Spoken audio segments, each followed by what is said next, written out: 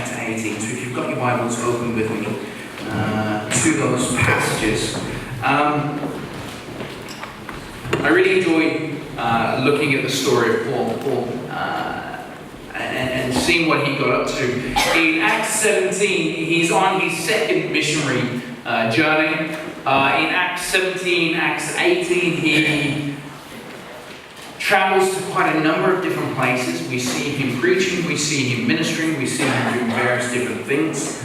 Obviously, it's two long chapters with quite a number of mini stories that make up these two chapters in the book of Acts. So we're not going to be going through everything. However, there are a couple of things that I would like us just to highlight in these stories this afternoon, just because I think that as we highlight them, we'll find them relevant to our lives today. Paul, he's on his second missionary trip. He's been accompanied by different people at different points of this journey. He's been accompanied by Silas, by Timothy, Aquilus, and a number of other individuals that were supporting him on this missionary journey. And as well as learning, Timothy was a young man in ministry. He's learning from Paul. I guess in the same way that maybe as myself learning from Pastor Marshall, Timothy is a young man. He's learning from his mentor, from Paul. And he learns quite a considerable number of lessons in these two particular chapters.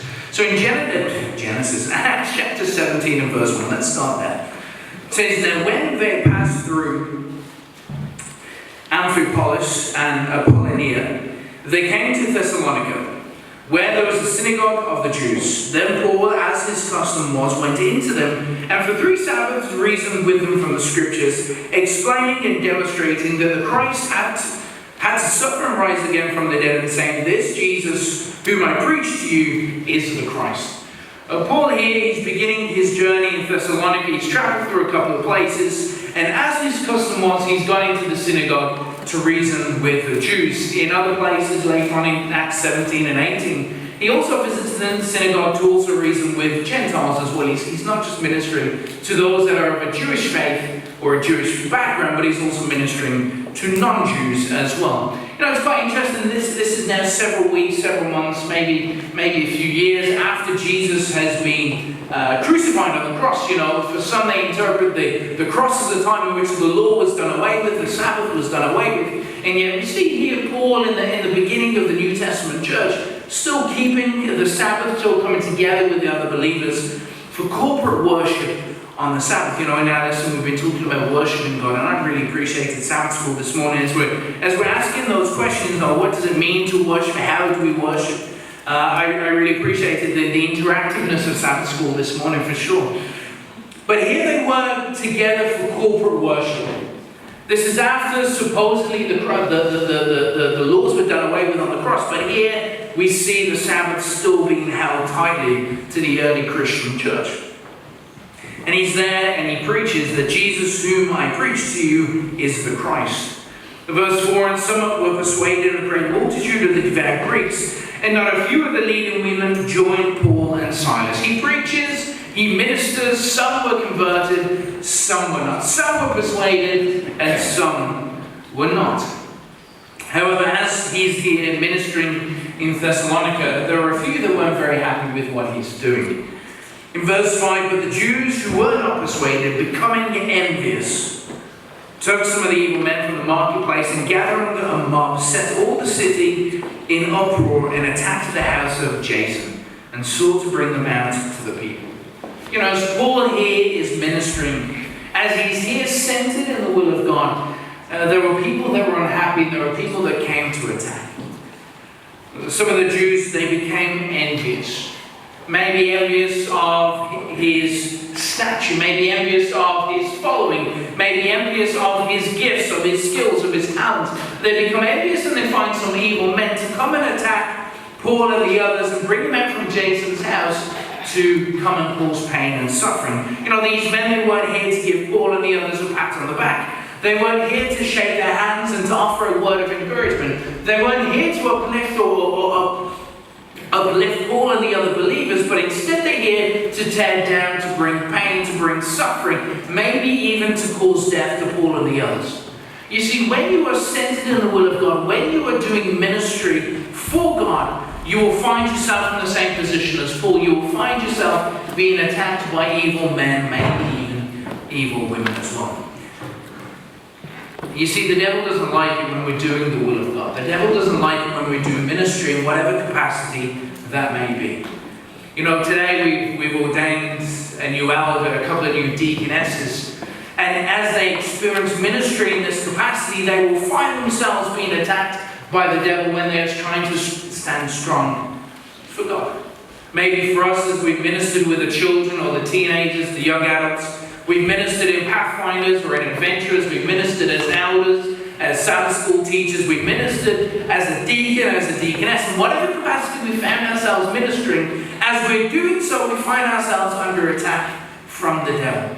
You see, that is a normal part of ministry. It's to be expected, and Paul understood this. But instead, the believers asked Paul to leave from this place of persecution. You know, there are times in ministry where they stay present in that persecution, in which they didn't run for fear of their life. They stayed very present. But in this situation, the believers asked Paul and the others to leave. In verse 10 it says, "Then the brethren immediately sent Paul and Silas away by night to Berea. When they arrived, they went into the synagogue of the Jews." They've left this place of persecution. You know, we see in the Old Testament we're called to be as wise as a serpent, but as harmless as a dove. You know, in this particular moment here, they're leaving this place of persecution. It wasn't a place that they were supposed to leave. They've gone to Berea. And it's interesting in verse 10, they've gone to Berea and they've entered the synagogue of the Jews to continue to do ministry. You know, you can understand if Paul said, "Lord, I've just had a really difficult day. Lord, I've just gone through all of this persecution in Thessalonica and I need a couple of days to recuperate. You know, Lord, it's been really stressful, anxiety-driven few days. I've been fearful for my life. I've been fearful for the lives of those that I've been ministering with. Lord, just give me a few days off." You can understand maybe if Paul went to a sunny beach somewhere and decided to put his feet up and spend some time in quiet reflection. But instead, no, Paul, he continued to do ministry, albeit in a different place. You see, no matter how much the devil attacked, that Paul, whilst the location of his ministry may have changed, remained fervent to the call that the Lord had given him. He remained determined that he was going to follow the will of God.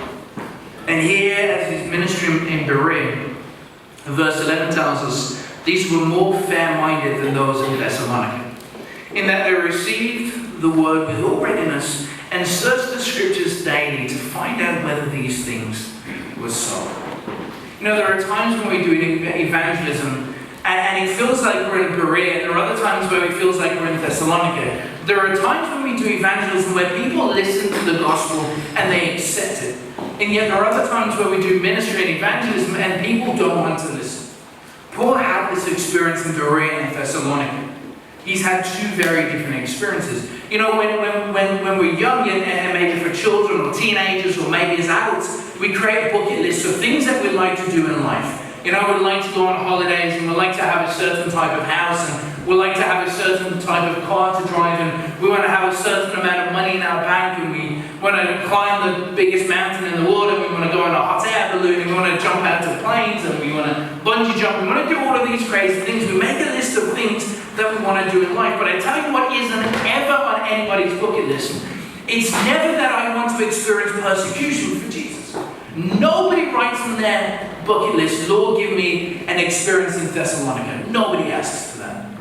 When we talk about evangelism, we hope that we have an experience in Berea. We hope that the Lord will lead us to people that will accept the gospel, people that will listen to us, people that aren't harsh to us, people that don't say harsh things to us. We do door knocking and we do health classes and we do health expos, and we hope that we have an experience in Berea where people just can't get enough of us. Hoping that people won't be abusive to us, so they won't say harsh words to us. They won't slam the door in our faces. We hope for the Berea experience.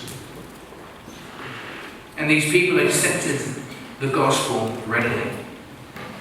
And whilst everything may seem to be going very well, the sun's shining, the blue skies around, Paul here, he's having the time of his life in ministry.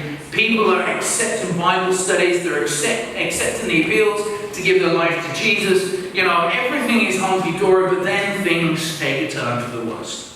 Verse 13, But when the Jews from Thessalonica learned that the word of God was preached by Paul at Berea, they came there also and stirred up the crowds.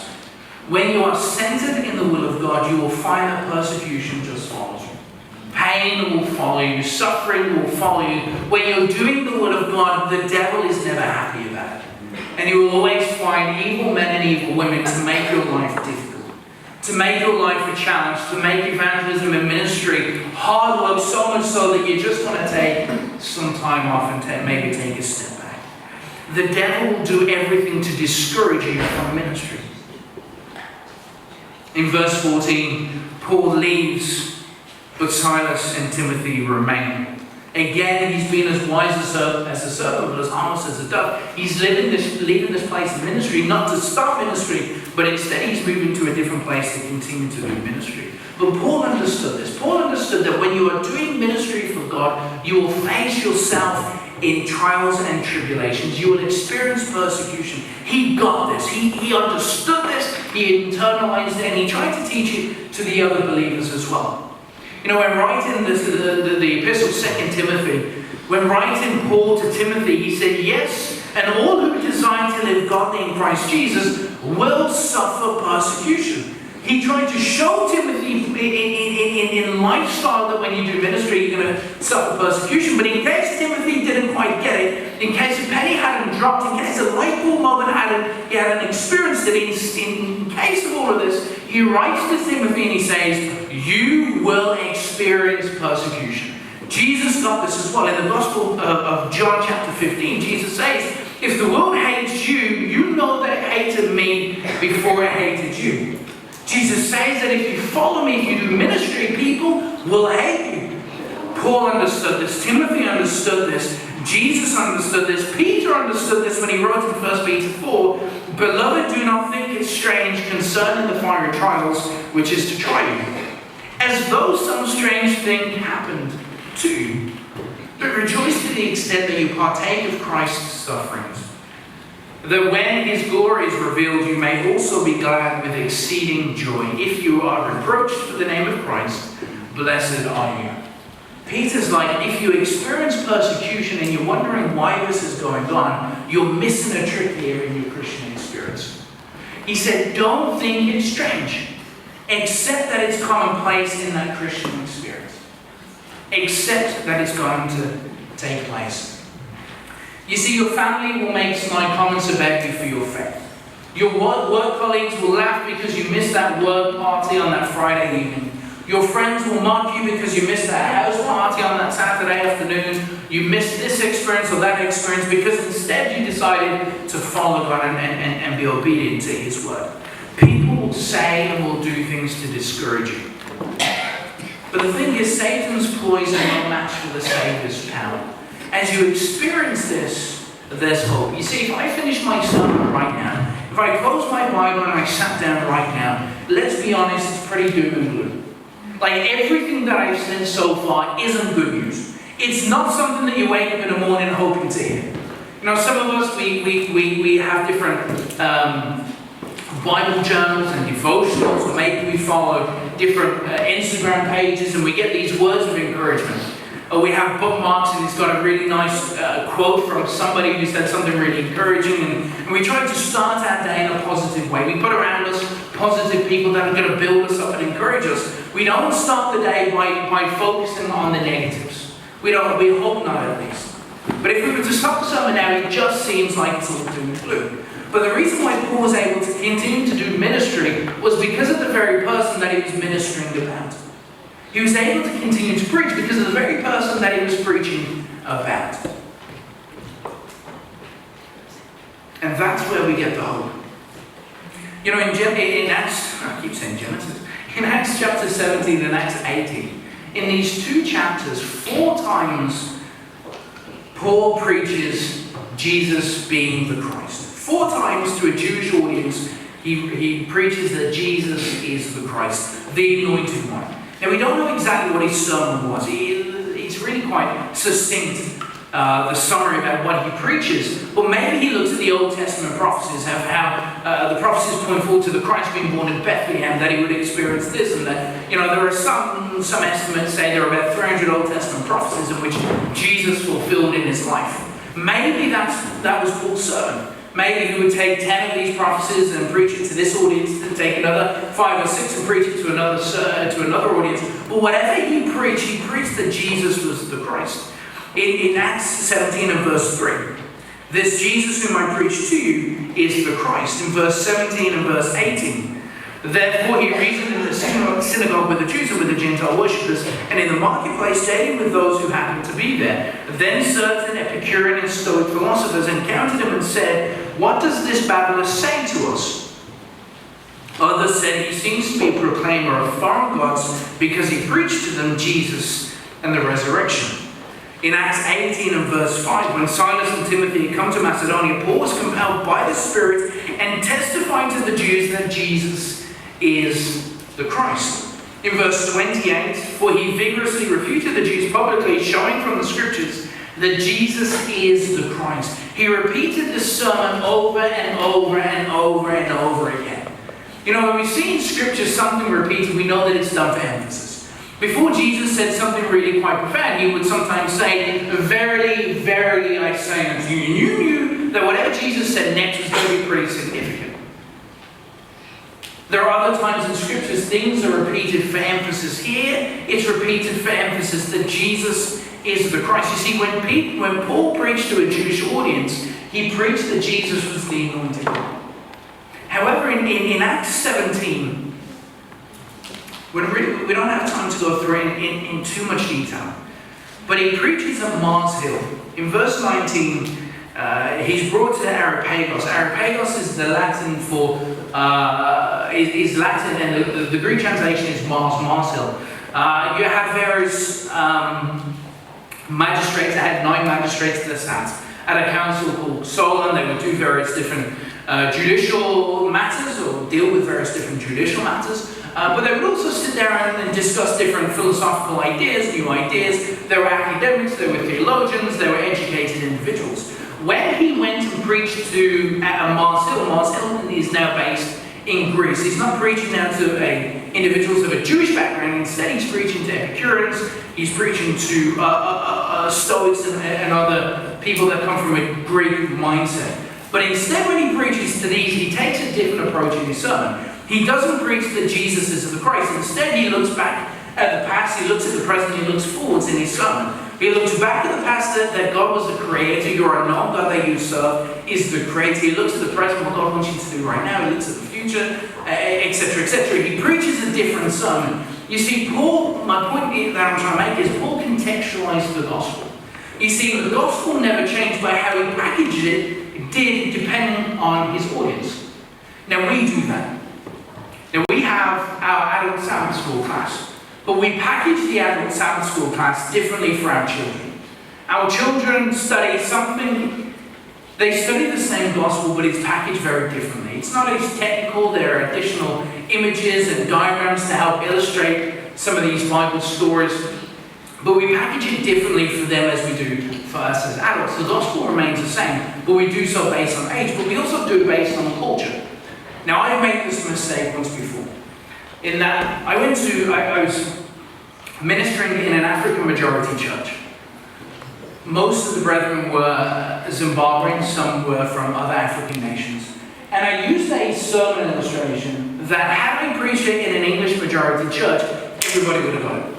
I was given this illustration and I was expecting some sort of reaction. Maybe a bit of a giggle, maybe some amens, but I was expecting a reaction from the congregation. I was talking about cups of tea and dunking biscuits and teas, and I was talking about things that were very typically British, maybe. But I said it to an African audience and I got nothing. Nobody got my illustration. It was just silence, nothing. And then, I paused expecting something, but there was nothing. Now I'm feeling a little bit awkward, like, did they not get it? Did they get it? Is it... if I was to be talking about, Sunday roast dinners, as a Brit, I grew up with them. We didn't have them on Sundays, had them on a Monday, because my grandfather came around our house on a Monday. And so we would have a Sunday roast dinner on a Monday evening with my parents. My granddad would come along and we'd have, jacket potatoes and Yorkshire puddings and stuffing, and we'd have roast chicken, and we'd have, your veg and honey roasted carrots, and we'd have the whole shebang right. And your gravy, you've got to get the gravy right. You see, you can have a beautiful cooked dinner, but if you don't get the gravy right, it ruins your whole meal. Now, I'm sure there's an equivalent in the Indian cuisine, that if you get all the pieces right, but you don't get the gravy or the sauce or whatever that you put over the top, it just ruins the meal. You see, if you're making a roast dinner, the gravy's got to be thick.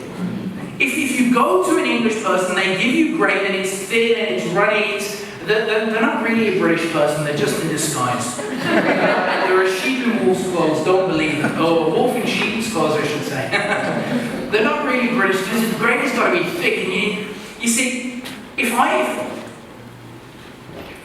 in an Indian majority church, an illustration that's probably applicable that I think is really, really appropriate is, we've just had the World Cup, right? The Cricket World Cup. I mean, do I need to say more? I mean, everybody wrote off England in the cricket, right? We turned up, but maybe I'm just praising the Lord. The Lord came through for us on that day.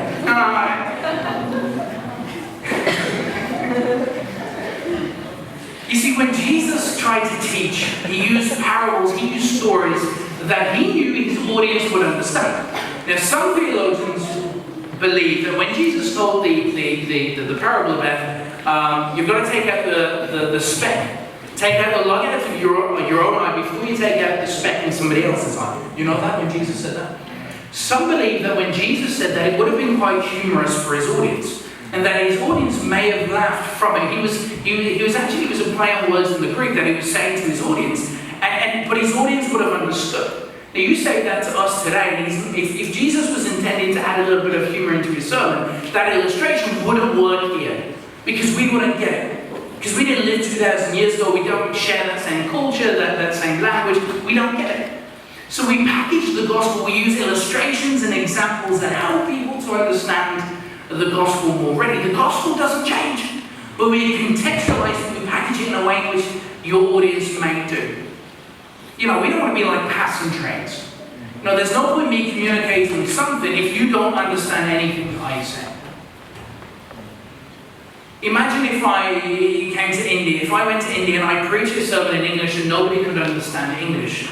Or I came to your church every Sabbath and it was never spoken in English and I can't understand it. Communication fails if we're like passing trains. But the idea of communication is me as the sender can help you as the receiver to understand what I'm trying to say. And as Paul preached, when he preached to a Jew, he packaged the gospel so that a Jew could understand.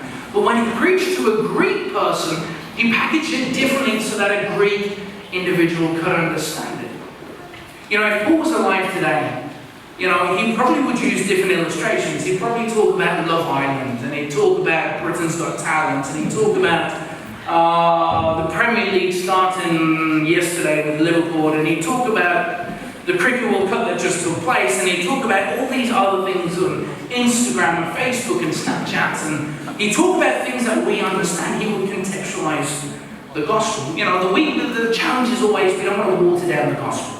We don't want the gospel to lose its identity. But he preached a Jesus-centered gospel. He taught that Jesus encapsulated love, that Jesus encapsulated the law, that Jesus encapsulates Bible prophecy, that he encapsulates the health message. You see, these aren't the truth. We learn truths, we have as a church a number of truths, but in order to know the truth, it's not a list of doctrines, but instead, it's a person. Jesus said, I am the way, the truth, and the life. He came to help us to understand the truth, not just truths, so that you and I could have life and life more abundant. You see, Jesus was born below so that you and I can be born above. So that you and I, as we experience this life today, pain and suffering, that you and I can have a better life one day, a hope of something more. You see, Jesus is the bread and life, but he requires no butter or no jam. You see, some of us treat Jesus as sugar or sweetener that we add to our herbal teas and our decaffeinated coffees. We think we can add him to something, and yet he is life itself. You see, Jesus isn't something that you add to yourself, but instead he's something that you give up yourself for. In Galatians, it's not I who lives, but it's Christ who lives in me. You see, Jesus forgave voluntarily. He died vicariously. He arose visibly, and he lives victoriously. You see, many of us know Psalms 23, yet we don't know the shepherd himself personally. We can recite the 28 fundamentals, and yet we fail to know the truth that is all encapsulated within Jesus Christ himself. And as Paul here, he's preaching to the Jews, he encapsulates this gospel in a way that his audience will be able to understand. You see, Jesus isn't a politician who's running for office. You see, Jesus isn't somebody that we elect into a position like we do for our leaders in churches. You see, Jesus was anointed, and he's waiting to be appointed the Lord of your life. This was the Jesus that Paul preached to the Jews in Acts 17 and Acts 18. And it's this Jesus that brings about change in people's lives. A few years ago, I was involved in a campaign, and I was a speaker for this campaign. We did something pretty short. It was only a 3-day series, and it wasn't intended to take people from a point of baptism, but instead it was an introductory class into the scriptures, into God, into the Bible, into the basics. And on the second evening, I was talking about the second coming of Jesus. And as I'm speaking about the second coming of Jesus, I'm coming now towards the end of my sermon. I'm about 3 or 4 minutes from my appeal. And as I'm coming towards the end of the sermon, I'm talking about the hope that you and I can experience through Jesus when he returns the second time. He came first, he's going to come a second. And I'm about 3 or 4 minutes from my appeal, and I noticed one of the ladies in the audience, that her eyes began to well up. Now, she was sitting towards the front, first couple of rows, and I could see her eyes welling up. Now, that made me a little bit nervous, because in my mind I'm thinking, have I said something that's upset her? Is she responding negatively maybe to what I've said? Is this a positive reaction? So in my mind, as I'm preaching, I'm playing through this in my mind, I'm asking these questions in my mind. I'm now into the appeal, and she's just crying. She's just crying. She's got tissues, and she's trying to wipe her eyes, but she's struggling to hold it back. She's just crying. In my mind, I'm still a little bit worried, and I'm still not quite sure which way she's taking the message that I'm preaching. Finished the sermon, we had refreshments afterwards, we're mingling with the different people, and I pulled her to one side. I'm going to call her Jessica for today. I pulled Jessica to one side. I said, Jessica, it was lovely meeting you yesterday, and I just wanted to touch base with you today. I'm just curious, I noticed during the sermon that you were crying. Was there something that I said that upset you? She said, no. I said, well, do you mind if I ask you why you were crying?